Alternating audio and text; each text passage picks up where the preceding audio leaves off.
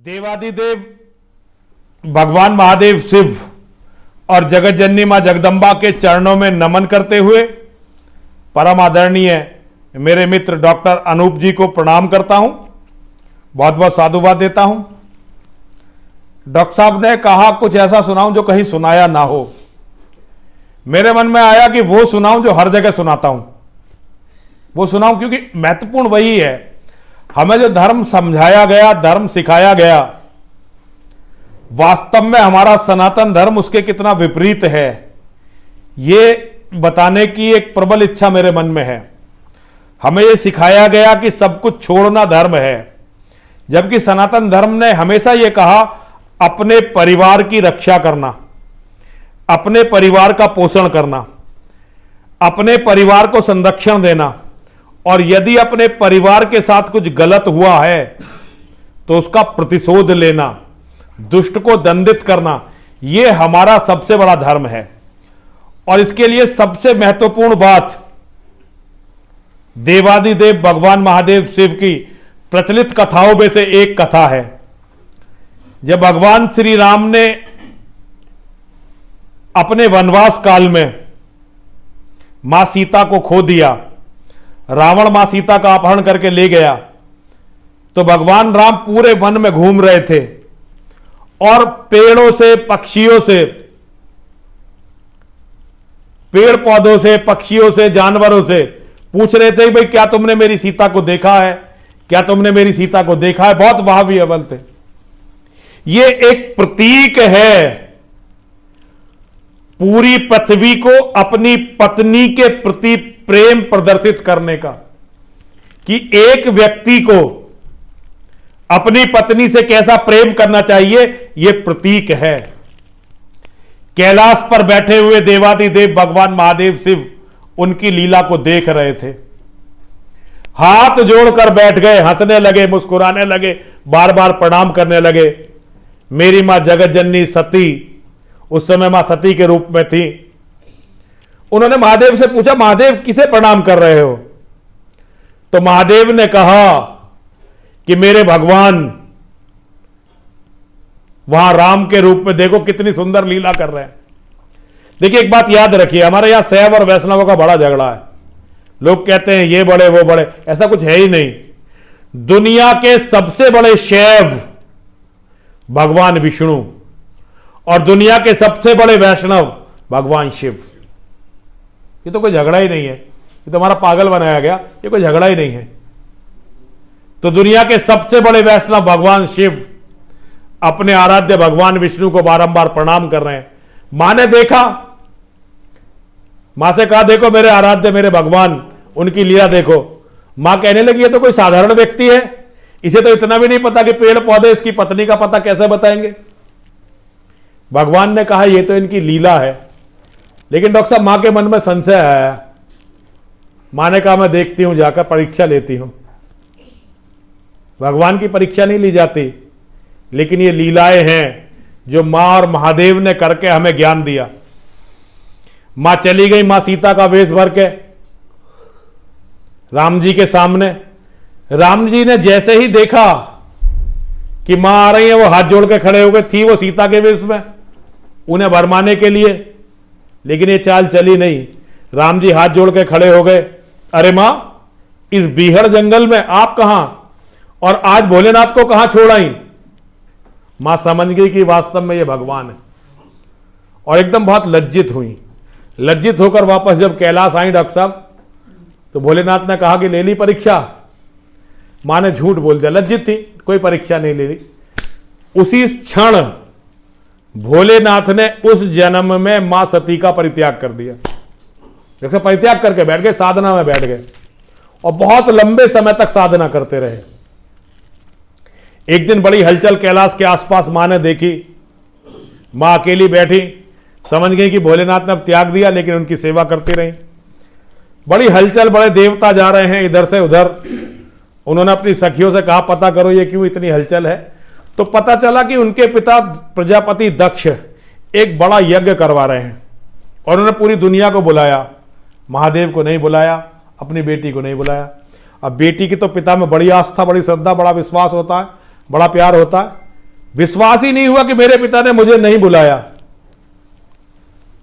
भूल गए होंगे, या जो खबर लेने के लिए भेजा होगा करने के लिए वो नहीं भूल गया होगा। बहुत तरह से मन को समझाया, जाके महादेव के पास बैठ गई। महादेव ने समाधि छोड़ी, बोले बड़ी परेशान लग रही हैं आप, क्या हुआ? कि पिता के यहाँ यज्ञ है, लेकिन सती हमें तो कोई निमंत्रण आया नहीं। भूल गए होंगे, याद नहीं रहा होगा, किसी ने नहीं। महादेव ने कहा देखो, अपनों के यहां अगर खुशी का अवसर है तो बिना बुलाए जाना नहीं चाहिए, और अगर अपने किसी विपत्ति में हैं तो किसी भी निमंत्रण की प्रतीक्षा नहीं करनी चाहिए। तो लेकिन ये तो खुशी का अवसर है, तुम्हारे पिता तो बड़ा यज्ञ कर रहे हैं और हमें निमंत्रण है नहीं, तो नहीं जाना चाहिए। माँ ने मन मार के कहा हाँ ये बात तो सही है। इधर उधर घूमते रही, एक दो दिन काम वाम करते रही, फिर आके बैठ गई, जाने का मन है। महादेव ने बहुत समझाया, मां नहीं मानी। महादेव ने अपने गणों के साथ नंदी बाबा के साथ भेज दिया। वहां मां का अपमान हुआ, मां ने अपने आप को अपमानित महसूस किया। मां का तो अपमान नहीं हुआ, लेकिन उनके पति का अपमान किया गया। उन्होंने अपने आप को अपमानित महसूस किया और अपने आप को समर्पित कर दिया यज्ञ कुंड को। यज्ञ कुंड में मां का दहन हुआ। महादेव को जब ये बात पता चली, डॉक्टर साहब सिर्फ 1 मिनट की वो बात बताना चाहता हूं। महादेव को जब इस बात का पता चला कि मेरी पत्नी का अपमान हुआ और मेरी पत्नी को अग्नि समाधि लेनी पड़ी, तो महादेव ने वीरभद्र और महाकाली का आह्वान किया। महाकाली को बुलाया और वीरभद्र को बुलाया और उनसे कहा जाकर दक्ष को अभी मार दो। मेरी पत्नी की मृत्यु का जो कारण बना दक्ष, उसको अभी मार दो। और डॉक्टर साहब सबसे महत्वपूर्ण बात जो उन्होंने कही, जिसे हमारे हर हिंदू को, हर सनातनी को समझना चाहिए, अगर दक्ष को बचाने के लिए, आप शिव पुराण पढ़ के देख लीजिए, ऐसा ही है ये सब। अगर दक्ष को बचाने के लिए ब्रह्मा, विष्णु और इंद्र भी आते हैं तो किसी को छोड़ना मत। डॉक्टर साहब ये समझने की बात है कि परिवार की बात आ गई, पत्नी के स्वाभिमान और सम्मान की बात आ गई, अपने परिवार के हित की बात आ गई, तो भगवान से भी लड़ जाना है। यह सनातनी का धर्म, सनातनी का कर्तव्य है। जिसकी श्रद्धा में, जिसके प्रेम में, जिसकी आस्था में पत्नी का परित्याग कर दिया था, अपने आप छोड़ दिया था जिसके प्रेम में पत्नी को, लेकिन जब बात आ गई पत्नी के प्रतिशोध की, तो यह कह दिया कि सामने अगर ब्रह्मा, विष्णु और इंद्र भी आ जाएं तो किसी को छोड़ना नहीं है। और विष्णु जी ने युद्ध किया है वीरभद्र से और मैदान उन्हें छोड़ना पड़ा, क्योंकि महादेव अडिग थे, पत्नी का प्रतिशोध लेना है। यह डॉक्टर साहब एक कथा है। एक कथा गणेश की है, गणपति विनायक की कथा है। महादेव ने गणपति का सिर काटा। मां ने कह दिया महादेव से, जिसके लिए प्राण की भी कोई कभी चिंता नहीं की, उस महादेव से कह दिया अगर मेरा बेटा नहीं तो इस पृथ्वी पर किसी की गोद में बेटा नहीं छोड़ूंगी, तेरी सारी सृष्टि का विनाश कर दूंगी, मेरा बेटा मुझे जीवित चाहिए। इसीलिए तो मां सबसे बड़ी होती है। हमारा धर्म हमें यह सिखाता है। यह तो महादेव के शिव परिवार की महिमा है। डॉक्टर साहब अब आइए, नीचे आइए। मानव के शरीर में, जब भगवान मानव के शरीर में आए, भगवान राम ने सबसे बड़ा युद्ध किसके लिए लड़ा? अपनी पत्नी के स्वाभिमान और सम्मान के लिए लड़ा। अंत तक रावण को यह संदेश देते रहे कि मेरी पत्नी से सम्मान वापस कर दो, क्षमा मांग लो, तो मैं जीवित छोड़कर चला जाऊंगा, और अगर यह नहीं किया तो तुम्हारे वंश में दीपक जलाने वाला नहीं बचेगा। ये कहते रहे रावण से। योगेश्वर श्री कृष्ण ने अपने सगे बहनोई, अपने परम शिष्य, अपने भक्त का युद्ध नहीं लड़ा। उन्होंने जो प्रतिशोध लिया अपने 7 भाइयों का, अपनी बहन का, माता पिता के अपमान का। भगवान परशुराम जी ने जो युद्ध लड़ा, पहले पिता के अपमान का युद्ध लड़ा और फिर पिता की हत्या के प्रतिशोध का युद्ध लड़ा। यह तो हमारे भगवान ने अपनी लीलाओं में दिखाया है। हमारे लिए सबसे महत्वपूर्ण इकाई धरती पर, पूरी धरती से ज्यादा महत्वपूर्ण अपना परिवार है। जो सनातनी अपने परिवार की रक्षा नहीं कर सकता, उसे अपने आप को सनातनी कहने का अधिकार नहीं है। और एक महाभारत की कथा है डॉक्टर साहब, ये बहुत कम लोग आपको बताएंगे। जब महाभारत का युद्ध होने से पहले ये अज्ञातवास और वनवास शुरू हुआ चीन हरण के बाद, और ये वनवास चले गए पांडव, तो एक दिन योगेश्वर श्री कृष्ण मिलने गए पांडवों से। तो अंदर जाके वो झोपड़ी उन्होंने बना रखी थी, कुटिया थी, कुटिया के अंदर युधिष्ठिर से मिले, भीम से मिले, अर्जुन से, नकुल से, सहदेव से मिले, उनसे बात की। बात करने के बाद जब वो बाहर आए तो मां मिली महाकाली। हम जो शक्ति के उपासक हैं, हम कृष्ण को महाकाल मानते हैं। गीता में कृष्ण ने बहुत स्पष्ट कहा है कि हूं मैं ही जन्म देता हूं, मैं ही पालन करता हूं, और मैं ही अपने में समा लेता हूं, समाहित कर लेता हूं। इसका अर्थ है कि ब्रह्मा विष्णु महेश अलग नहीं, एक ही शक्ति के रूप है। तो हम कृष्ण को महाकाल और मां द्रौपदी महाकाली, और वैसे भी जो मां द्रौपदी का नाम था, असली नाम था कृष्णा, वो महाकाल कृष्ण और ये कृष्णा काली, इनका असली नाम कृष्णा था। तो जब ये बाहर निकले तो महाकाली मिली इन्हें, कृष्णा मिली, मां द्रौपदी। और मां ने जो है कृष्ण की आंखों में देखा, और मां की आंखों में तो अग्नि थी। हे कृष्ण, तुम्हारे होते हुए मेरा इतना अपमान, मुझे नग्न करने का प्रयास किया जा रहा था, मुझे वैश्या बताया जा रहा था, मुझे जांग पे बैठने के लिए कहा जा रहा था पर पुरुष की, तुमने मेरा इतना अपमान होने कैसे दिया? तुम इसे देखते कैसे रहे? और डॉक्टर साहब योगेश्वर ने यह नहीं कहा कि अरे द्रौपदी हो जाता है, ये तो गलती हो गई, अब छोड़, भूल, बात पुरानी हो गई। कृष्ण ने कृष्णा की आंखों में देखा और केवल एक बात बोली। कृष्ण ने जब कृष्णा की आंखों में आंसू और अंगारे दोनों एक साथ बोले तो भगवान की आंखों में एकदम ज्वालामुखी आ गया, क्रोध का ज्वालामुखी। और भगवान ने यह कहा, हे कृष्ण, मैं प्रतिशोध लूंगा, हे कृष्ण, मैं प्रतिशोध लूंगा। और डॉक्टर साहब जब महाभारत का पूरा युद्ध समाप्त हो गया था तो बर्बरीक की जो गर्दन थी, कटा हुआ सर, हंसने लगा। लोगों ने कहा भाई मैंने इतने मारे, ऐसे मारे, वैसे मारे। सारे बचे हुए योद्धा गप मारने लगे, जब गप क्या सत्य बता कहने लगे तो बर्बरीक का सिर हंसने लगा। तो उसकी हंसी इतनी भयानक थी कि बाकी लोग डर गए। उन्होंने बर्बरीक से पूछा भाई तुम हंसे क्यों? तो बर्बरीक ने बताया कि इस पूरे युद्ध में तुम कहीं थे ही नहीं, मैंने सारा युद्ध देखा है भाई, यहां साक्षी भाव से।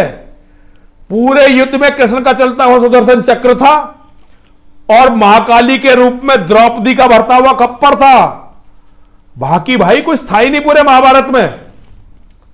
तो डॉक्टर साहब भगवान ने कहा था मैं प्रतिशोध लूंगा, और उन्होंने अपनी शक्ति के अपमान का इतना भयानक प्रतिशोध लिया कि उस राज्यसभा में जितने भी लोग बैठे थे, पांडवों सहित, पांडवों को भी क्षमा नहीं किया, सबका वंशनाश कर दिया गया था। एक बच्चे को केवल पांडवों का वंश चले इसलिए जिला दिया था, वरना अभिमन्यु के बेटे को अश्वत्थामा ने बाण ब्रह्मास्त्र से मार दिया था।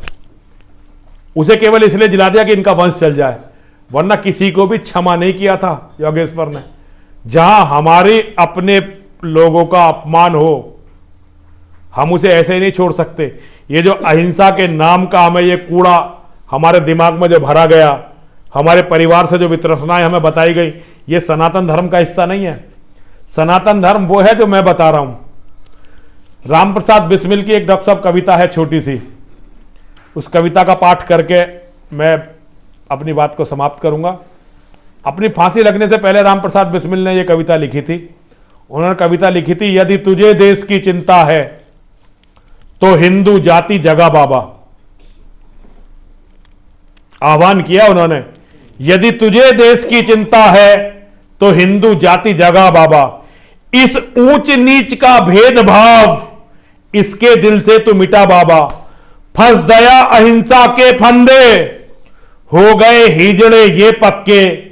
कुछ जगह जोश मर्दों वाला, ऐसी कोई बात बता बाबा। और 22 करोड़ हैं दुनिया में। जब बिस्मिल कविता लिख रहे थे तो हिंदू 22 करोड़ थे। आज 100 करोड़ हो गए। तो मैं इसे ऐसा कहता हूं, 100 करोड़ हैं दुनिया में, मर रहे मौत कुत्तों जैसी, इस जग में रहा नहीं इनका कोई माई बाप सगा बाबा। यदि तुझे देश की चिंता है तो हिंदू जाति जगा बाबा, हिंदू जाति जगा बाबा। डॉक्टर साहब, हम महाकाली के पुजारी हैं। महाकाली से जुड़ी हुई भी एक सत्य कथा है। जब अष्टभुजी भवानी जब राक्षसों से युद्ध कर रही थी, तो युद्ध में एक राक्षस आया जिसका नाम था रक्तबीज। अब रक्तबीज की खास बात, उसको जैसे ही वो तलवार मारते, रक्तबीज के शरीर का रक्त गिरता, एक नया रक्तबीज खड़ा हो जाता। धीरे धीरे पूरी धरती रक्तबीजों से भरने लगी। मां दुर्गा का बस नहीं चला, सात्विक शक्तियों का बस नहीं चला। तो मां दुर्गा ने आह्वान किया महाकाली का, और महाकाली से कहा, हे महाकाले, यदि ये रक्तबीज इसी तरह बढ़ते रहे तो ये तुम्हारी संतानों को जीवित नहीं छोड़ेंगे, ये तुम्हारी सारी संतानों को मार देंगे। तो महाकाली ने क्या किया? महाकाली युद्ध में आई, उन्होंने सारे रक्तबीजों की न केवल गर्दन काटी, बल्कि गर्दन से जो खून निकल रहा था उस खून को पी गई, ताकि कोई नया रक्तबीज पैदा ना हो। यह है मां का कर्तव्य। यदि संतान खतरे में है तो मां का कर्तव्य है कि वो दुनिया में ना किसी की शर्म करे और ना कोई सिद्धांत देखे। जो उसके बच्चों के शत्रु हैं, ना केवल उन्हें मार दे, जरूरत पड़े तो उन्हें खा भी जाए। ये मां का कर्तव्य। इसलिए तो मां को भगवान के बराबर मानते हैं, और ये हमेशा हमारा धर्म बताता है। ये दूसरी बात है कि हमारे कथावाचक और जो धर्म के प्रचारक हैं, उन्होंने हमें हमारा धर्म जानने नहीं दिया, और उनकी गलती को आज हम लोग भुगत रहे हैं। तो मां और महादेव सनातन धर्म पर, आप पर, हम पर, हमारे लोगों पर कृपा करें। लोग अपने धर्म को समझें और धर्म की रक्षा के लिए आगे चलें, ये मेरी कामना है। सनातन धर्म की जय हो, सनातन के शत्रुओं का विनाश हो। हर हर महादेव, हर हर महादेव, हर हर महादेव।